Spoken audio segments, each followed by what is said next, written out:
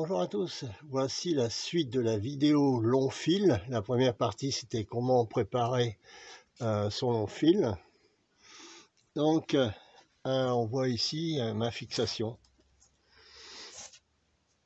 Donc on peut prévoir un isolant. Ça peut être un isolant qu'on peut acheter dans le commerce. Moi j'ai fait pour l'instant comme avec ce système ce que j'avais à récupérer. Donc le long fil il passe au-dessus de la petite cheminée qu'on voit. Et on va voir la suite. Quelques tests, mais surtout on va voir l'antenne, comment réagir au nano VNA. Pourquoi j'attendais cette pièce, enfin cet instrument, c'est surtout pouvoir tester à l'analyseur qui donne des résultats sur plusieurs bandes. Voilà, donc c'est une antenne principale qui va surtout permettre de faire de l'écoute. Voici vue du bas. Donc l'antenne fait 15 mètres 9, presque 16. Hein. Donc on va suivre. Alors ce que je voulais dire sur les antennes, quelle que soit l'antenne, l'environnement est vraiment important.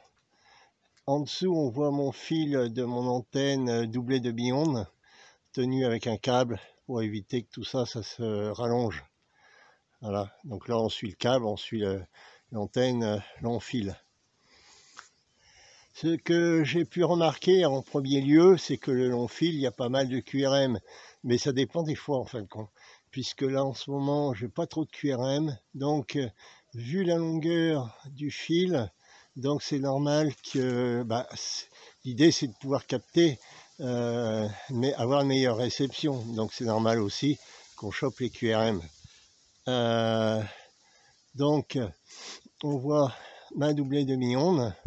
Mais on voit aussi que mon environnement, c'est pas ce qu'il y a l'idéal, puisque nous avons des arbres. Et on suit un petit peu. Donc il y a encore des réglages à faire. Je vais certainement la mettre à 5,50 m. Je vais voir ce que donne l'analyseur d'antenne. Pourquoi 5,50 m? C'est parce que c'est ce qui est préconisé par des radioamateurs. Et puis surtout, il y a des formules de calcul, c'est par rapport à 5,50 m, c'est la longueur d'onde, une demi-longueur d'onde, donc qui permet de faire comment dire, un ensemble, le sol qui va permettre de réfléchir l'onde. Bon, réception, c'est pas, je veux dire, bon, c'est pas forcément nécessaire de régler, mais si je veux faire du 11 mètres, je pense que ça sera quand même conseillé. J'avais oublié de vous dire que c'est un transformateur d'impédance 1 pour 49. Pourquoi? Par rapport à la longueur d'antenne, elle fait quand même pas mal d'ohms.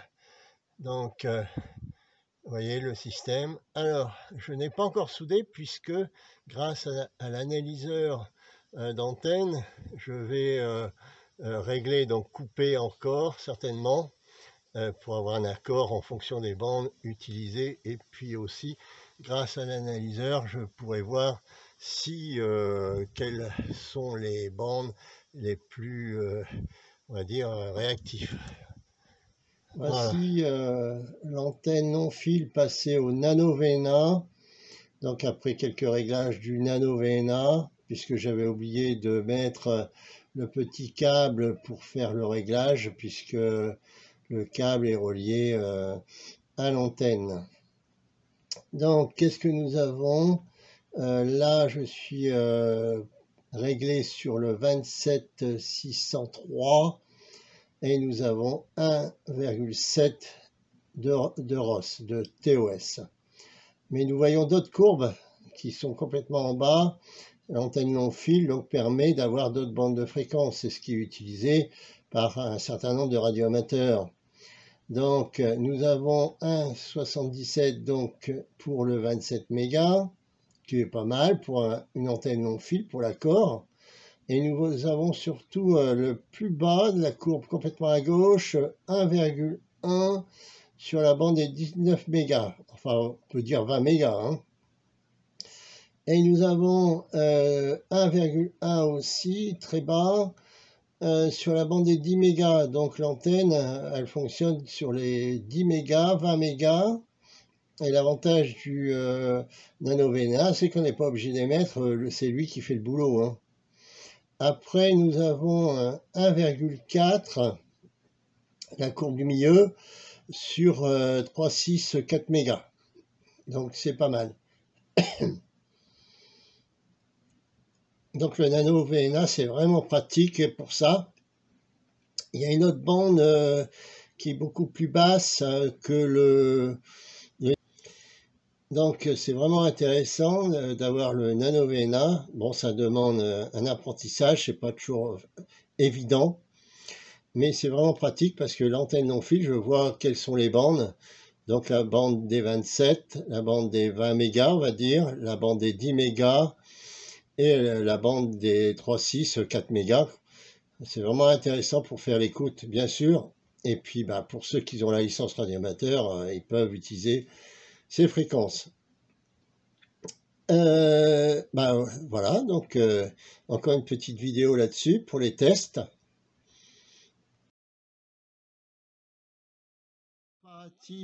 De deux antennes qui n'ont rien à voir avec elles, puisque une antenne taillée pour le 27 et une long fil multibande. Mais pour l'écoute des ondes courtes, je trouve que c'est quand même intéressant. La multibande fonctionne aussi sur le 11 mètres. Hein. Bah, il vaut mieux écouter en fin de compte. Hein. Regardez un peu. Donc là, c'est l'antenne normale, classique.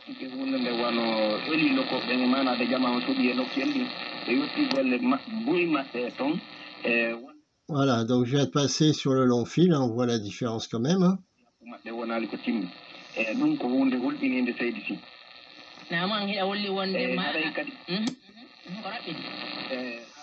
Antenne normale.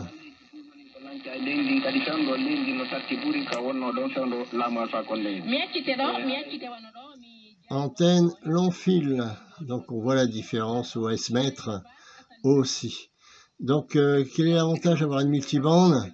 Bah, c'est surtout pour faire de l'écoute, hein, et puis pour ceux qui ont titulaire d'une licence radio amateur, eh bien ça évite d'avoir plusieurs aériens. Donc ça c'est très intéressant, les antennes non fil pour ça.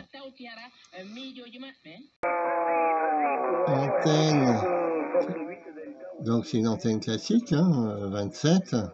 Et là on va passer sur l'antenne non fil, on va voir la différence. J'étais au REF pendant des années et des années. Quand il y a eu l'histoire avec le gars qui a été condamné, le REF s'en est pas occupé, j'ai coupé la cotisation. Il y avait des années et des années, je le regrette un peu. Donc on voit la différence du signal. Pourquoi cette fréquence 7.100? Bon, c'est une fréquence un petit peu pirate. Voilà. Donc c'est assez amusant avec le long fil qui sert aussi pour l'écoute, surtout pour l'écoute. Eh bien 9 plus 20, le signal de l'antenne long fil. Intéressant. Du coup, je vais remettre l'antenne normale.